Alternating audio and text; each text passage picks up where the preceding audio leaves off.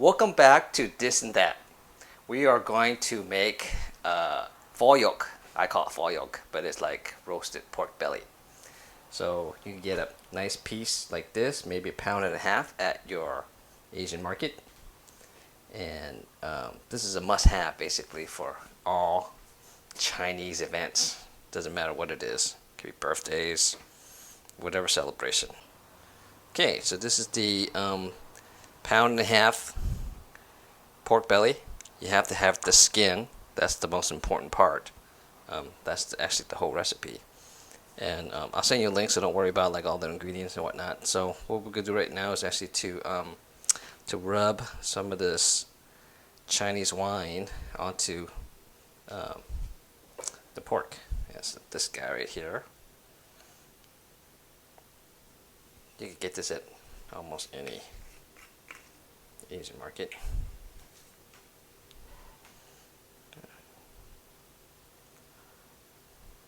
You can eyeball that. I didn't really pour that much into it. Just gonna rub it in right now.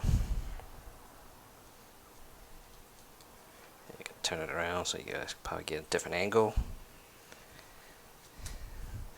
You know, this recipe is a good recipe when your mom tells you that she likes it. And usually tiger moms, they don't tell you anything. Okay. So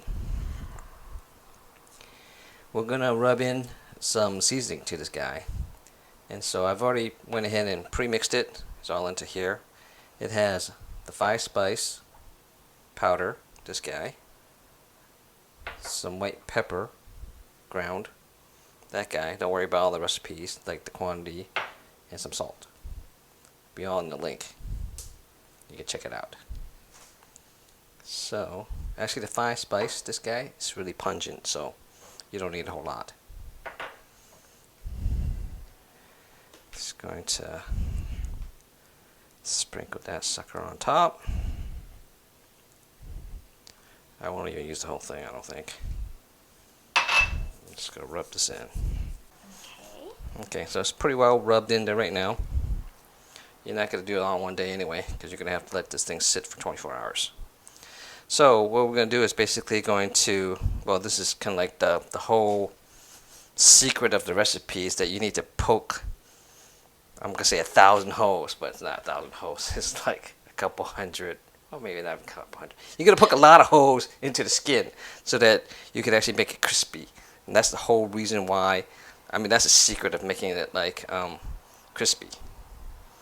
So, you know, there's probably 100 different pokers out there, you know, that you could get. But I think this is the simplest thing. And it's going to kind of like give you some Popeye forearms anyway. I'm just going to be like jabbing this guy until I can't jab anymore, really. I don't think you could go wrong with like having too many like holes into this thing. So basically, what I'm doing is that I'm piercing the skin. Obviously, watch out for your fingers. But you probably won't be able to see it too much. But then, that skin is really tough. I mean, it's like leather kind of thing. So you're like just jabbing this thing in until, like I said, you're tire yourself out. But I think I like this guy, this poker thing, is because it's easiest to clean. All the other fancy ones, they had little nails in it and everything. You can't really, I mean, I guess you could toss it into the dishwasher, but then I don't think it really gets into like cleaning of it. So that's why I prefer this. Alright, so then I'm gonna score another guy on the other side. I'm just sort of being very purposeful with this. I mean, it's not like the skin is too tough for this knife, but it's just giving you enough of a score, and it'll make sense once you kind of see the final product. Cut. Okay, so now we're going to coat the top part of this skin with just some regular salt. I'm just using one here. Gonna rub it in there, kind of thing. I think this is going to absorb a lot of the water and moisture as well. So you probably have enough on there, and then we're going to put this on a plate and let it marinate overnight for at least 24 hours.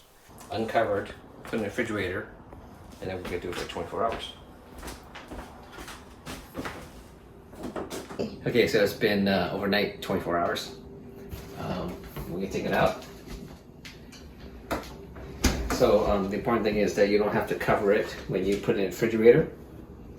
And I put down some aluminum foil, and we're just going to create a little bath to it before we put it into the air fryer. So I'm just going to fold up like a little band thing, almost. So I'll force over it so that whatever juices that comes from it will get captured. So we're going to preheat the air fryer at 350, and we're going to put it in here for like 24 minutes.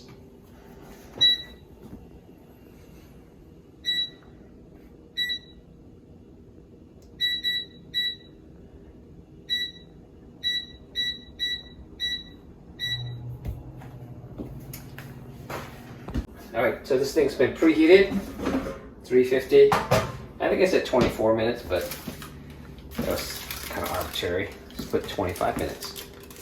So I'll drop that down. Actually, this is a pretty good size air fryer, so I was able to do that. Otherwise, it's kind of hot on the sides. So you might want to use a pair of tongs or something. So this guy's gonna run for like 24, and then we're gonna come back. We're gonna take it out of the aluminum foil, and then we're gonna do it for another 8 minutes, and then that'll be done. So we'll see you in 24 minutes. All right. Okay, so the thing beeped. It's been 25 minutes. I think I said 24 minutes earlier, but it's 25 minutes on that 350. So I'm gonna take this guy out now. Ooh, hey, look at that. Looks pretty good, huh? Cool. So I'm gonna take this out of the foil. And then I'm gonna put him back in without the foil. And then we're gonna do it for 8 minutes more at 400 degrees. Back in for about 7 to 8 minutes without the foil at 400.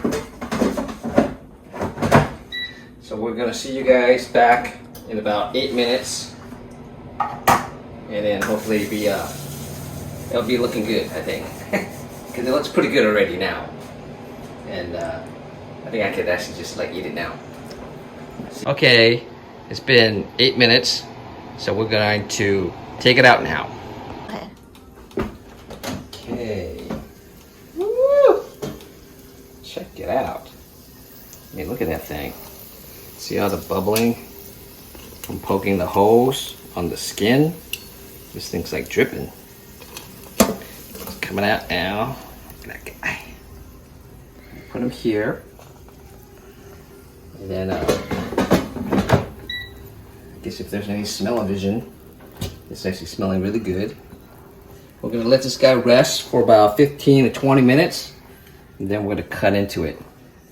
But, you know, you kind of notice some of the scoring that we did earlier.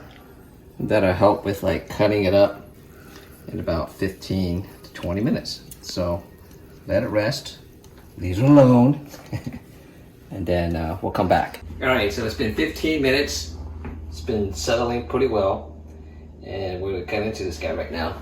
So it's probably good that I went ahead and scored some of the stuff earlier on the skin, because it's pretty tough. It's a good starting point in terms of like us cutting into it right now. Woo! Okay, so you can check out like how juicy that is right now. Like, it is really good looking. Smelling good too. You kind of like just hear that skin. Whew, man, I'm just like, I don't know if that doesn't make you excited, then I don't know what would in terms of on the food side of things. But look at that guy, it is perfect. So we're gonna cut him up and just have at it.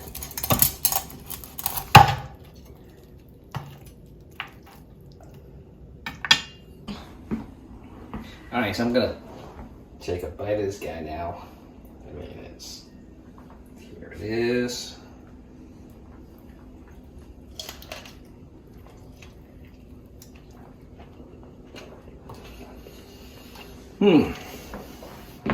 Okay, that's probably one of the best things I ever made. You can have all that crunchiness with the skin, the tender meat, right amount of fat. It's gonna be very difficult to go back to like a Chinese restaurant to order this, like for holidays, because it's so easy to make. So I would highly recommend you guys trying this for yourself. Like I said, it's easily probably one of the best dishes that I've ever made from a taste perspective and just from a texture and whatnot. So if you enjoy the stuff that I do, you gotta hit that button down there. Just smash that button down there in the lower right hand side and then subscribe. And then we'll get into another episode of whatever it is that we get into next time. So appreciate the support, and we'll talk to you guys next time. Bye.